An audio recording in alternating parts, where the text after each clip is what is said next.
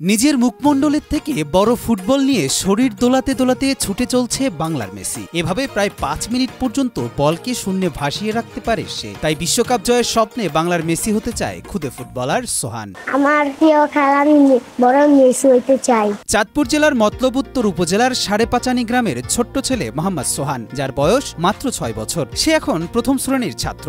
সোহানের বাবা সোহেল প্রধান, পেশায় সে একজন সাইকেল মেকানিক। দারিদ্রতা থাকা সত্ত্বেও তিনি তার ছেলের প্রতিভা বিকাশে সহযোগিতা করছেন। নিজেই প্রতিদিন ছোট্ট সোহানকে শেখান ফুটবলের নানান কসরত। তিনি স্বপ্ন দেখেন তার ছেলে একদিন জাতীয় ফুটবল দলের হয়ে খেলবে, দেশের হয়ে বিশ্বকাপ ছিনিয়ে আনবে। সোহানের ফুটবলের যে প্রতিভা, আমার বিশ্বাস এদেশের সরকার বিকেএসপি যদি একটু ভালো করে নজর দিত তাহলে বিশ্বমঞ্চ ভালো কিছু করবে, আমার বিশ্বাস।